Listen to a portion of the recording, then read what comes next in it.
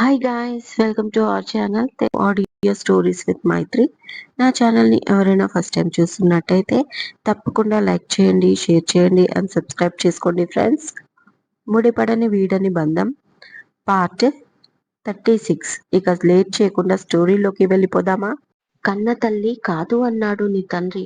మరి 2 రోజులు నిన్ను కనిపెట్టుకొని ఉండలేకపోయాడా? అయ్యో, ఎంత పాపం చేశాడు ఆ దేవుడు నాకు నిన్ను దూరం చేసి. నేను ఎలా బతకాలి విని అంటూ తల బాదుకుంటూ ఏడుస్తూ బాబుని గుండెలకు హత్తుకుంది కావ్య.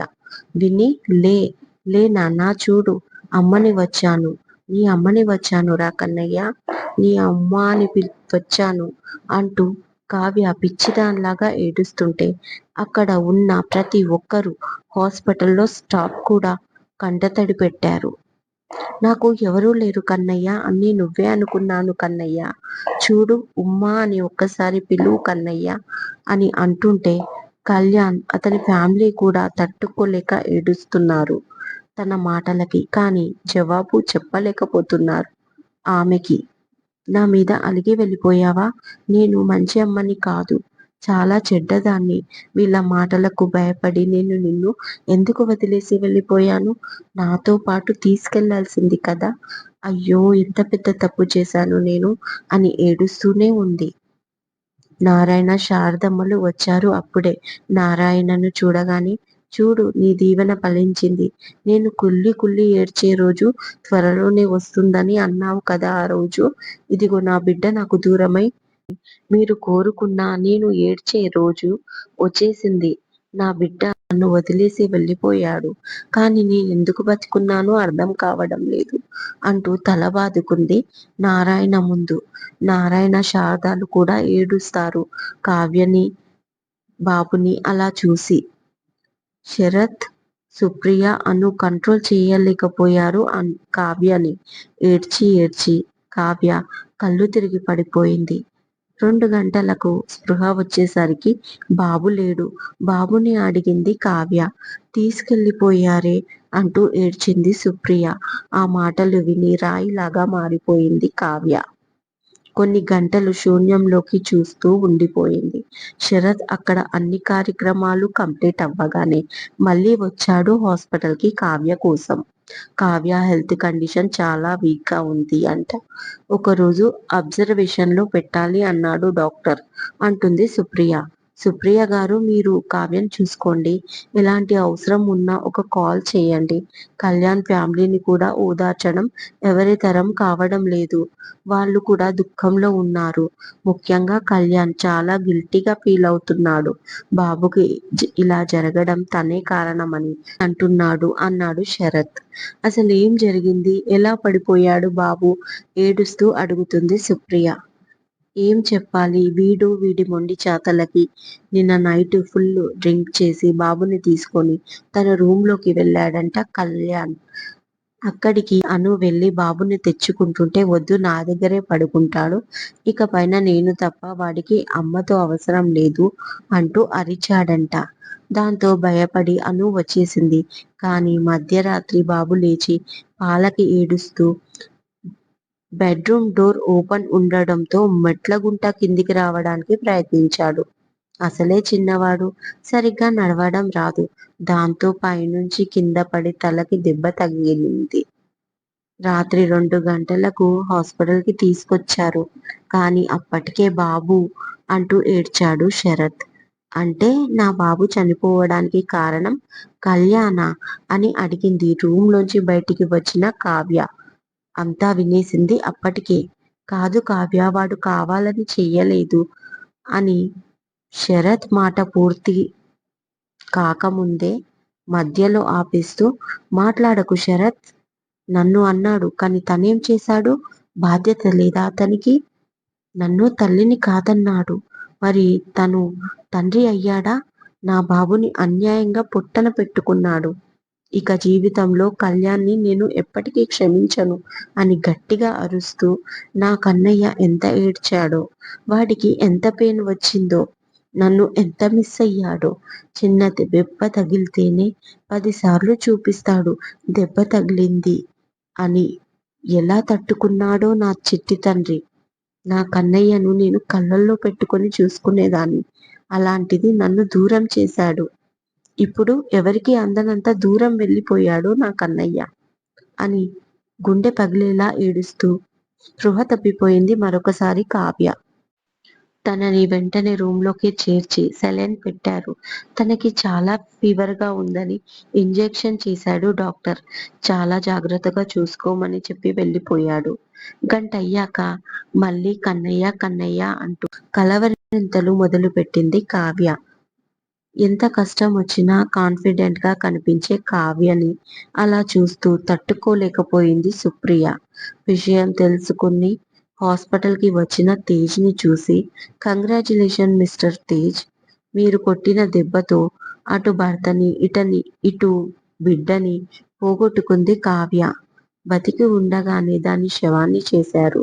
పెద్ద బిజినెస్ మ్యాన్ అని నిరూపించుకున్నారు. ఇంకా ఏం సాధించడానికి వచ్చారు? అడిగింది కోపంగా సుప్రియ. ఇలా జరుగుతుందని నాకు తెలీదు. నేను కేవలం నందనని కావాలని అనుకున్నాను. కానీ దానికి ఎవరో బలి కావాలని అనుకోలేదు. జస్ట్ నేను అనగానే షటప్. ఎందుకనుకోలేదు? బాగా పక్కడ్బందీగా వచ్చారు కదా! మీరనుకున్నంత సక్సెస్ అయ్యింది కదా మీ ప్లాన్.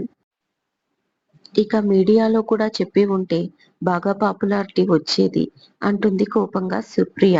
సైలెంట్ గా ఉంటాడు ఏమీ మాట్లాడక. లైఫ్ లో ప్రతి చోట ఏదో ఒక సమస్య ఎదురవుతూనే ఉంది కావ్యకి. అన్నిటికీ తట్టుకొని నిలబడింది. ఎవరిని నమ్ముకోలేదు తనని తను తప్ప. అలాంటి అమ్మాయిని ఇప్పుడు తన భర్త, బిడ్డనే లోకంగా బతికింది ఇన్ని రోజులు. ఆ టైంలో నీ వల్ల తనని ఎవరూ నమ్మకపోగా చివరికి కట్టుకున్న భర్తని ఇంట్లోంచి వెళ్ళమన్నాడు. అయినా తట్టుకుంది. కానీ ఇప్పుడు తట్టుకోలేదు. బాబు మరణం ఆమె జీవితంలో ఎవరూ పూడ్చలేని లోటు అంది సుప్రియ. నువ్వు చావు భయం నుంచి బయటికి వచ్చావని తెలిసింది. ఆ బాధేంటో నీకు తెలియంది కాదు. ఇప్పుడేం చేస్తావ్? ఆ తల్లికి ఏమని సమాధానం ఇస్తావ్ తేజ్? అని అడిగాడు అంతే కోపంగా శరత్. చాలా పెద్ద తప్పు చేసినట్లుగా ఫీల్ అవుతూ నిలబడిపోయాడు తేజ్ అపరాధ భావం. మేనేజర్ శెట్టి ద్వారా విషయం తెలిసిన మాలినీదేవి అప్పుడే అక్కడికి వచ్చింది కావ్యని ఓదార్చడానికి. శరత్, సుప్రియ మాటలు అన్నీ విన్నది. మాట్లాడ్డానికి మాటలు వెతుకుతున్నా దొరకడం లేదు. తొందరపడ్డానేమో అనిపించింది తేజ్‌కి. మాలినీదేవిని చూసిన తేజ్ వెంటనే ఆమెని చుట్టుకొని ఏడ్చాడు. చాలా పెద్ద పొరపాటు జరిగిపోయింది నానమ్మ నాతో అంటూ. అప్పుడే నర్సు పరిగెత్తుకుంటూ వచ్చి ఈ రూమ్‌లో ఉన్న పేషెంట్ కనిపించడం లేదు. మీరు చూసారా? అని అడుగుతుంది. అప్పటి వరకు తేజ్‌ని తిట్టే పనిలో ఉన్న సుప్రియ, శరత్‌లు ఏం మాట్లాడుతున్నారు సిస్టర్? అంటూ ఆమె వెంట పరిగెత్తారు. కావ్య కనపడలేదు రూమ్‌లో. హాస్పిటల్ అంతా వెతికారు కనపడలేదు. అందరికీ ఇన్ఫర్మేషన్ ఇస్తూ రోడ్ అంతా వెతికారు. కనపడలేదు కావ్య. ఇక తను ఎవరికీ కనపడలేదు. పగిలిన గుండెను చేతిలో పట్టుకొని ఎటో వెళ్ళిపోయింది కావ్య. రోజులు గడుస్తున్నాయి. కావ్య ఎవరికీ కనపడనంత, అసలు ఎక్కడికి వెళ్ళిపోయిందో కూడా తెలియనంత దూరం వెళ్ళిపోయింది. ఆ విషయం తెలుసుకున్న కళ్యాణ్ ఫ్యామిలీ చాలా బాధపడ్డారు. అంతకు మించి వాళ్ళు చెయ్యడానికి ఏమీ లేదు. వాళ్ళు కూడా దుఃఖంలో ఉన్నారు బాబుని గుర్తుకు చేసుకుంటూ.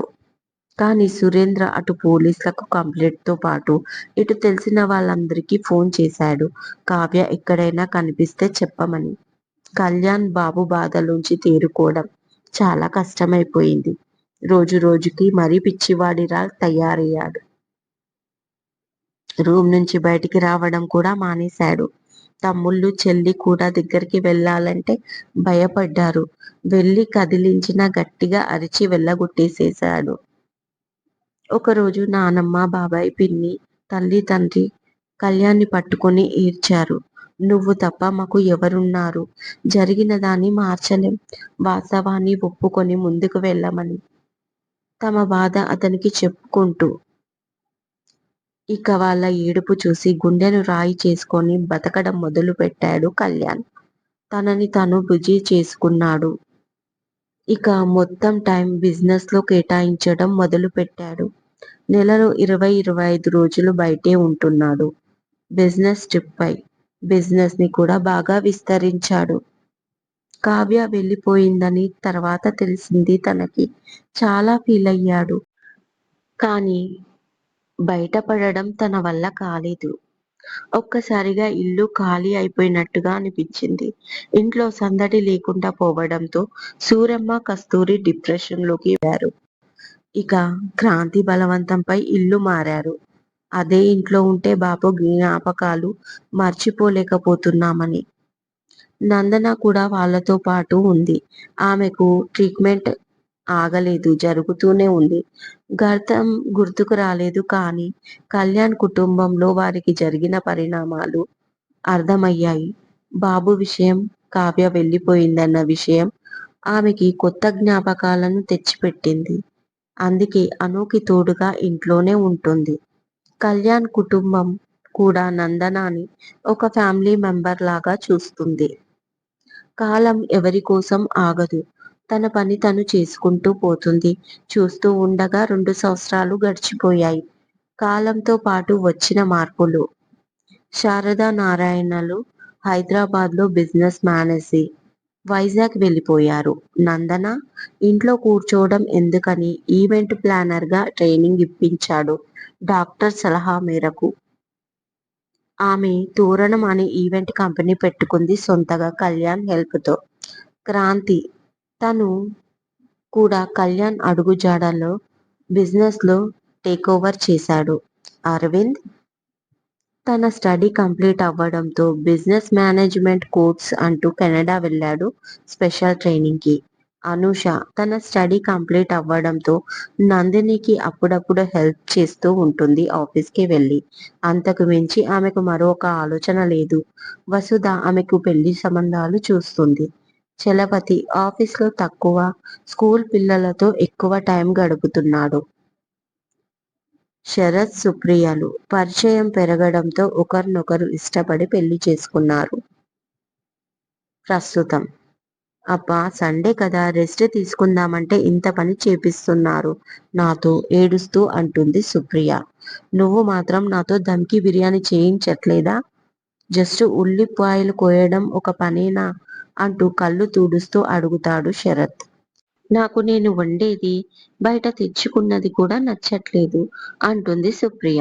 పెళ్ళైన కొత్తలో తెగ రెచ్చిపోయి టాలెంట్ అంతా బయట పెట్టాను.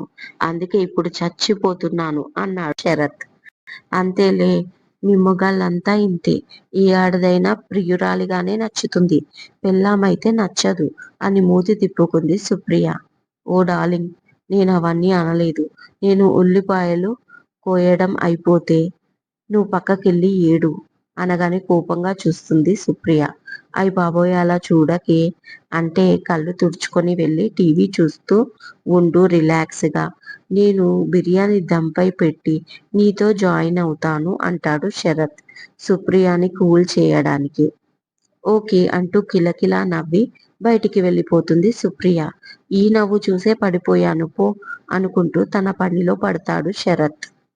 టీవీ చూస్తున్న సుప్రియకి కాల్ వస్తుంది శారదమ్మ నుంచి. హలో చెప్పండి ఆంటీ అంటుంది లిఫ్ట్ చేసి. కావ్య విషయం ఏమైనా తెలిసిందా అని అడిగింది.